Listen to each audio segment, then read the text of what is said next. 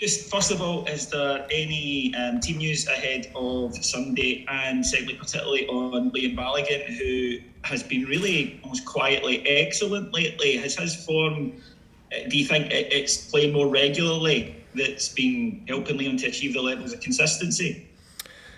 I think he's just one who's really stood up to be counted. I think his form's been fantastic. Listen, Leon's an international footballer with big experience. He's played at a good level, and he was a really important signing for us. But obviously with the injury to Phil, you'd always like to try and keep a level of consistency in your centre-back partnership.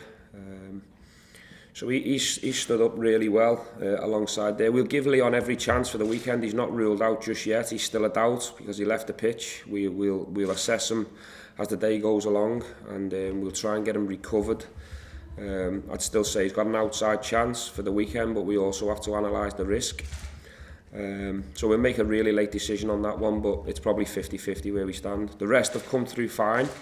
And it's also a big day for Ryan Jack because he's back with the team for the first time today in 7 months. So that's a big plus for us. Hopefully he can push on now and push through. We can get some 11v11 work in his legs and he can be back with the team in the next couple of weeks, hopefully. Ronnie, please. Just quickly, Stephen, is Ryan Kent also available then for St Mirren? We've had to slow down on Ryan slightly. He obviously had a decent hamstring injury in there in a real tricky area, and when we've been really close to having him back with the team, we've just had a little signal that we've had to come back off him for maybe 3, 4, maybe 5 days. We're hoping to have him available around the Aberdeen game. If not, it'll be the one after. Stephen, just in terms of Connor Goldson, there's been a lot of talk about his contract the last couple of days. Obviously, when a player gets close to January and having that freedom to talk to other clubs, speculation grows. I mean, what's your thoughts on this? Is there a concern about that in January, or are you confident of tying Connor down? I'm not concerned. I'm not confident. I'm not really overthinking about it. Connor's a big boy. He's a man. Ross Wilson's office is next to mine. Connor knows what I think of him from a personal point of view and how much I want him to stay here. At the same time, we have to concentrate on the football, so it's important Connor keeps playing the way he is. I thought he was magnificent again last night. He was my player of the year last year, and I think for me, he's got more consistent as his time's gone on at Rangers. He's a really valuable player for me and us and the club. So hopefully we can find a solution.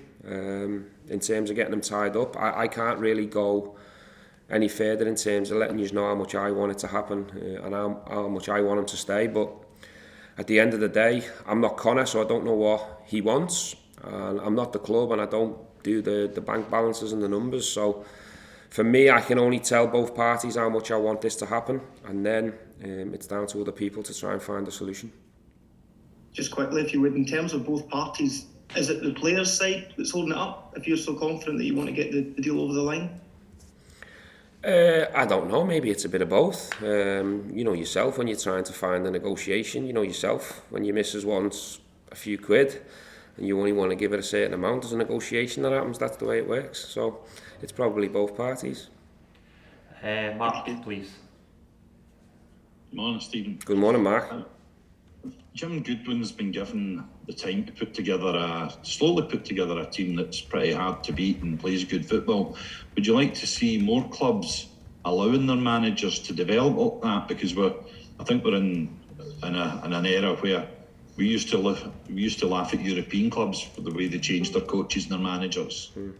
Look, I think sitting in my seat and being in my shoes, you're always going to be part of the managers' union and say we need time. And listen, I think everyone knows when you take over a team, normally you take over a team that's been struggling or that hasn't been getting the results it should be getting. So it's impossible for an immediate quick fix and everything to be perfect. So sometimes things do take time to build, especially when there's a lot of issues to address and you need a certain amount of transfer windows to get the people that you're targeting to get in to make your team and your squad stronger. I think Jim's done a real good job, a real solid job. He has got them organised and difficult to beat, and he's got some really talented players within that as well. So credit to him, but for me, we've got to go to St Mirren and be aggressive and try and build on our performance on Thursday night and go and try and take maximum points, and that's what we'll try and aim to do. When you mentioned the performance last night, I thought it was probably the most complete performance of the season so far. I think you'd be pretty hard pressed to name a man of the match, considering performances all over the pitch. Yeah, I like that. I like being in a position where you've got 5 or 6 really pushing to be the top man. I think that certainly helps in terms of your overall performance. I certainly agree with you. I think it was our strongest performance when you look at the 90 minutes. I still think our first 45 against Hearts was maybe slightly more electric, if you like. But if we can find a level of consistency now and build on Thursday night, we're certainly going to be a lot closer to how I want it to look, and then I think consistent results will certainly follow that.